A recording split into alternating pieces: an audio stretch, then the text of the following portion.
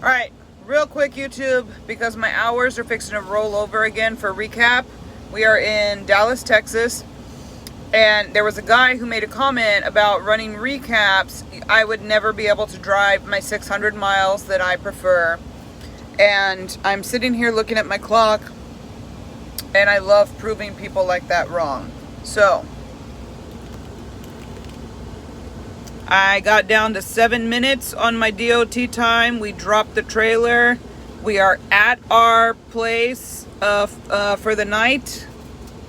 And yeah, I'm off the clock. I'm actually supposed to be in my bunk, but I got up to show y'all this. 16 minutes total. When you're on recap, you can run this shit down all the time. The algorithm, whatever you want to call it, that I gave you before, where you drive 8 hours and you use the 9th hour for break, pre-trip, and post-trip, that's when you're building up to your 8 days. But today, before my hours roll over at midnight, 656.6 miles. I'm in the sleeper berth, sort of. But I've already done off-duty, post-trip, all that fun stuff. In a couple of minutes, when it turns midnight, I'm gonna get back 8 hours and 46 minutes. That'll get me into Houston. So, run this clock. When you are running, what's it called? Recap. Run that shit down.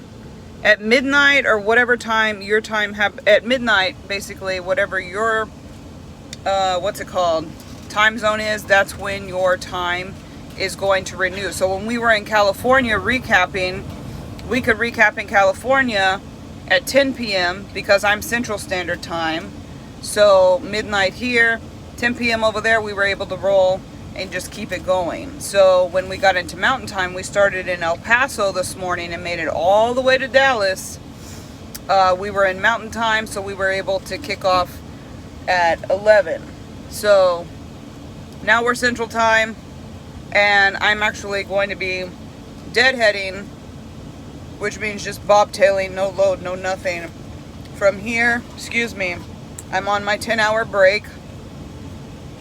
So when my 10 hours is up, taking my son and myself home, I'll be dropping him off.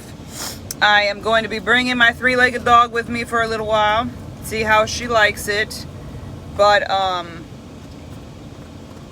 it looks like my hours already, yep, the 9, so just like that, bam.